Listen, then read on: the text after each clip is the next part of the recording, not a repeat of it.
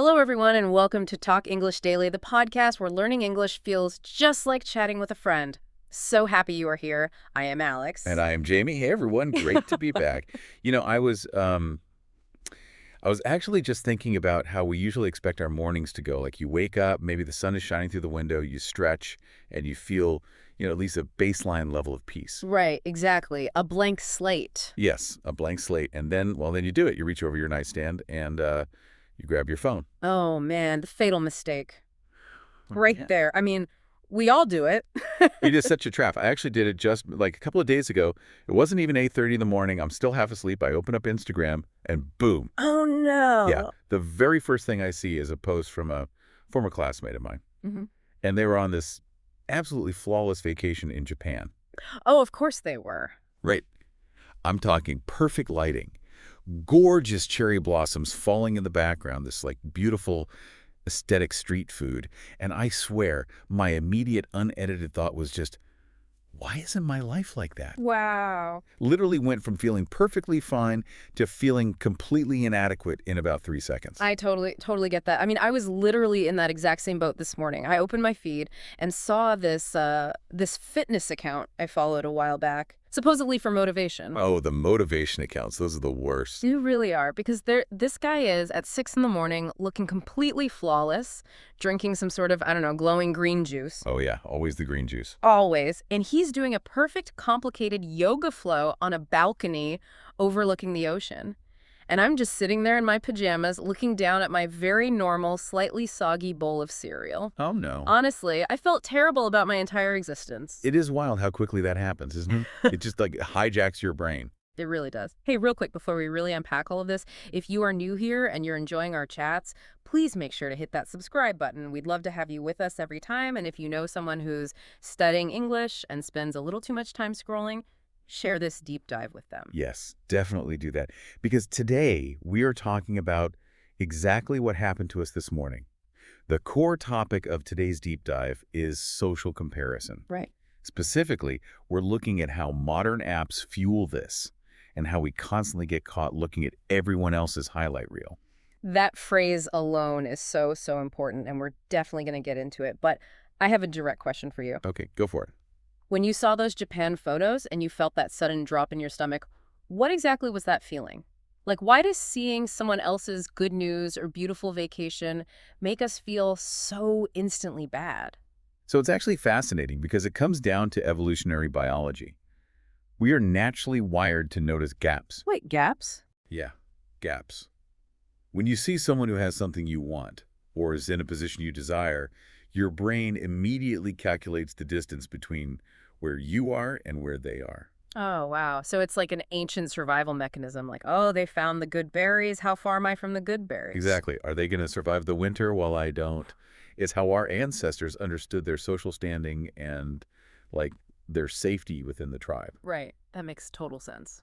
But the problem is, modern technology has completely broken the scale of that mechanism. In the past, you compared yourself to maybe, I don't know, 50 people in your local village.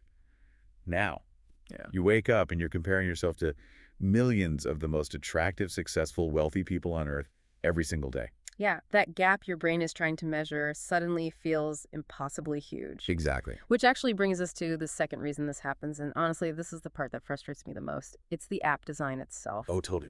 Because social media algorithms are deliberately built to exploit those evolutionary gaps.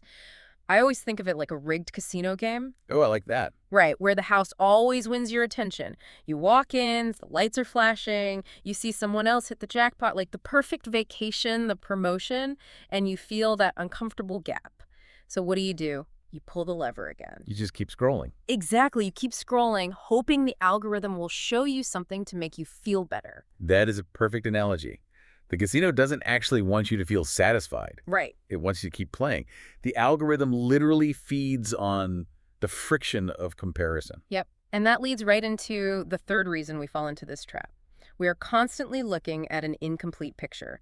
We are comparing our messy, complex, three-dimensional reality to a flat, curated image. Right. We never see the credit card debt behind the luxury vacation. Definitely not. We don't see the massive argument the couple had 5 minutes before taking that perfect romantic selfie.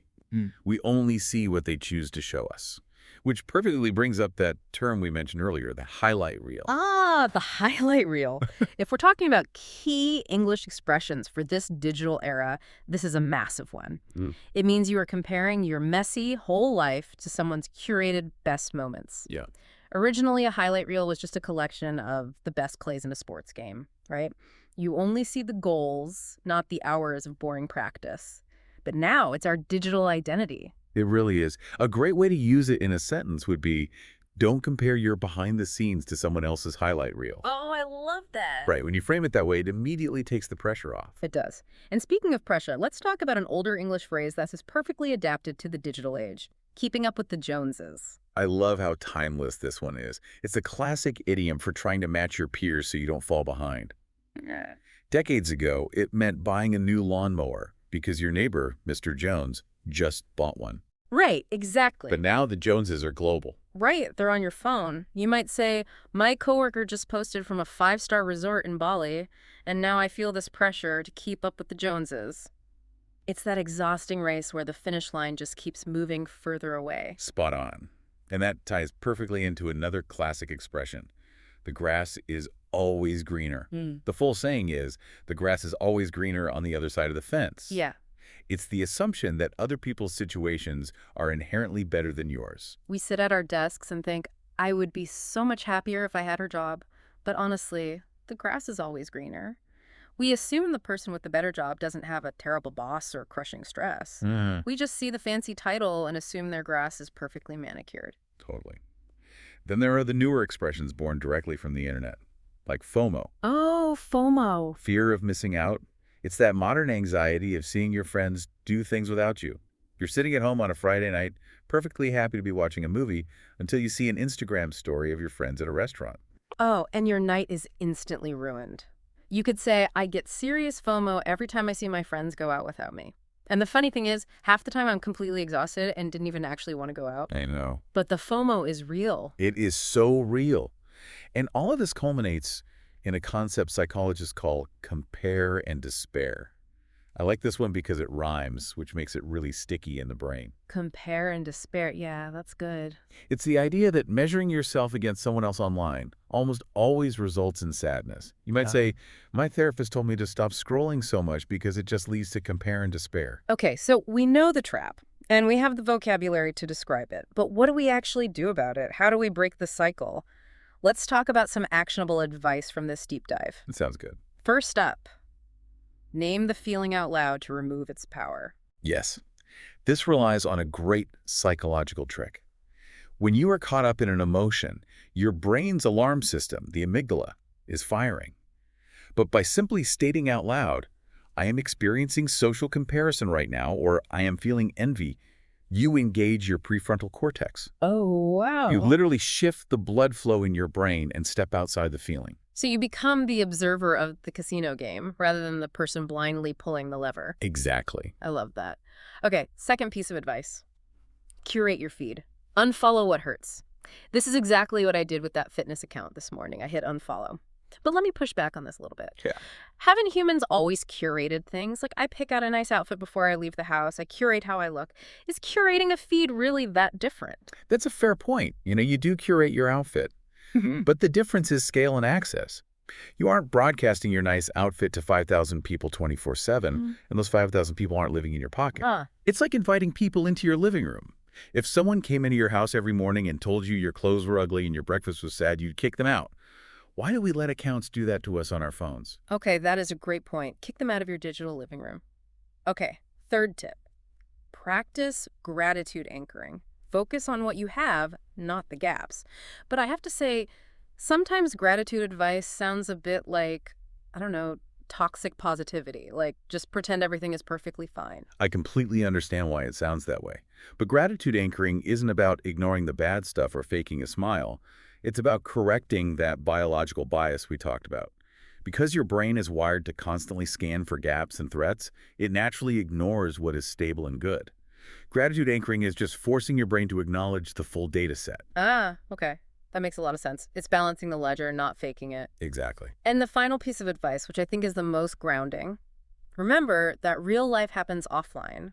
This is the absolute truth. We get so caught up in the digital representation of life that we forget it's not the life itself. I can say this with absolute certainty.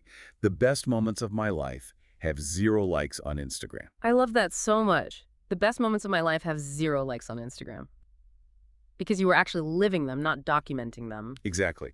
Hey, real quick, if you are finding this deep dive helpful, please take a second to subscribe. And actually, leave us a comment. Do you ever feel the comparison trap on social media? We really want to know how this shows up in your life. All right, let's shift into one of our favorite segments here on Talk English Daily. It's time for Pocket Words. This is a regular feature of our show where we take 5 useful words from today's topic that you can literally put in your pocket and use in real-world conversations. These are essential for talking about modern digital life. Let's run through them. First up is the foundation of our topic, compare. To compare means measuring yourself against someone else, looking at their life and your life and looking for the differences. For example, I really need to stop comparing myself to people I see online. Perfect. Next is envy. Envy is wanting something someone else has. Now, if English isn't your first language, it's really important to distinguish this from jealousy. Oh, good point. Jealousy is fearing the loss of something you already have, like feeling jealous if someone flirts with your partner. Envy is seeing your friend's amazing new car and wanting it for yourself. That's a really helpful distinction. Jealousy is defensive, but envy is aspirational, just in a painful way. Yeah, exactly. You could say, I felt a pang of envy when I saw her travel photos. Okay, next word is curate. This means to carefully choose what to show or include. It originally comes from the museum world. A curator selects the art for an exhibit. But now we are all curators of our own digital museums. Yes, exactly. An example would be she curates her feed so carefully that her life looks completely perfect online.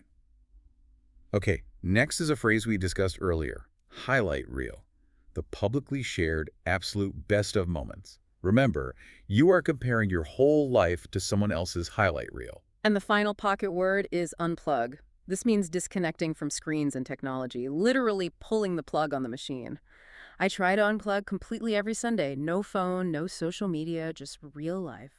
I challenge you, if you're listening right now, to drop one of these pocket words, compare, envy, curate, highlight reel, or unplug in a sentence in the comments today. It really helps cement the concept in your brain. Absolutely.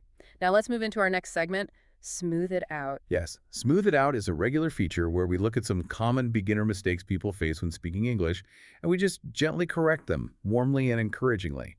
And what's fascinating today is how these grammar rules actually mirror the psychology of what we're talking about. It's so true. Let's start with this one. A very common mistake is saying, I'm jealous to her life. Right. But the correct structure is, I am jealous of her life. The word of indicates origin or source. That person's life is the source of the feeling. Using to makes it sound like you're sending the jealousy outward as a gift or a beam of light. But of recognizes that the feeling is being pulled from what you are observing. That makes total sense because the feeling originates from them and hits you. Okay, how about this one?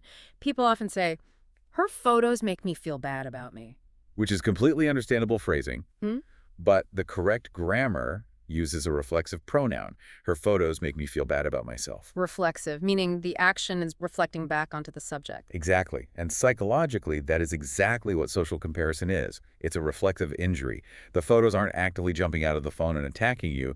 The process of comparison is you doing it to yourself. Wow, the language perfectly captures the psychology. Which brings us to the third one. I always compare me with other people. Same reflexive rule here. The smooth version is, I always compare myself to other people. You are both the person doing the comparing and the object being evaluated. It's an inside job, and our last structural point is about changing our habits. Sometimes people will say, I want to stop using social media so much. But the correct form is, I want to stop using social media so much. We use the ing form, the gerund, after the word stop. Why is that? Why does stop use sound so abrupt to a native ear? Because you aren't stopping a single isolated action. The ing implies an ongoing, continuous habit. You are scrolling and scrolling and scrolling. You have to interrupt the momentum of that continuous process. I love that. Interrupt the momentum of using. Okay, to see how all of this vocabulary and psychology actually plays out in the real world, it's time for our role play scene. I'll set the scene. We have 2 friends, Chris and Drew. They're hanging out having coffee on a Sunday afternoon. Jamie, you play Chris and I will play Drew. Sounds good. I'm ready. All right, so Chris puts down a phone with this heavy sigh after clearly falling down an Instagram rabbit hole. Sorry. I just fell down a rabbit hole on Instagram. I was looking at this girl I went to university with.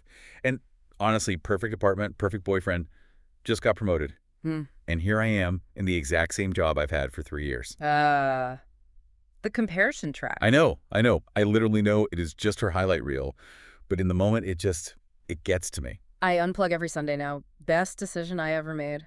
I used to get serious FOMO every weekend, seeing what everyone else was doing. Now I just don't look. How do you actually make yourself not look? Honestly, I deleted the apps from my phone. They're still on my tablet, but my tablet is in the other room. Yeah, That extra step of going to get it is enough to stop the mindless scrolling. that is either very smart or very extreme. Probably both. But I stopped comparing myself to other people so much. The grass is always greener, right? But I decided my own grass is actually pretty good. Okay, I am deleting Instagram from my phone right now. Watch me. Done. It's gone. Oh, wow. You actually did it. I did it. Okay, now I feel slightly panicked, but also kind of free. And seen. That felt very real. But notice how naturally all those terms fit into casual conversation. Chris and Drew didn't sound like textbooks. They just organically used comparison trap, highlight reel, unplug, FOMO, and grass is greener. Having the words makes those abstract, heavy feelings tangible. And the strategy Drew used is brilliant, adding friction. Wow. By putting the apps on a tablet in another room, you break the casino loop. If you have to stand up and walk across the house just to pull the slot machine lever, you're probably just going to stay on the couch and read a book instead. It totally interrupts the reflexive action. And Chris deleting the app right there at the table, feeling panicked but free or smart, that is the exact moment of taking back control from the algorithm. So, as we wrap up today's deep dive, what's the big takeaway? I think it's that social comparison is a completely normal, ancient human trait. You aren't broken for feeling it. Definitely not. But modern technology has poured rocket fuel on it. However, by understanding the mechanics and by arming yourself with the precise English vocabulary to describe it, you can name the trap and walk right past it. Absolutely. And I want to leave you, our listener, with a challenge for the rest of your week. The next time you are scrolling and you feel that sudden, uncomfortable gap, that drop in your stomach where you feel inadequate, I want you to literally say out loud, I am comparing myself to someone's highlight reel. Speak it into existence. Break the spell. Let us know in the comments which pocket word you're taking with you today, and please share your own experiences with the comparison trap. We read every single one of your comments, and we love hearing from you. And be sure to join us for next week's deep dive because we are getting into some incredibly practical tips for understanding fast-talking native speakers. You won't want to miss it. Thanks for hanging out with us today. Keep practicing, keep unplugging when you need to, and we'll see you next time. Bye, everyone.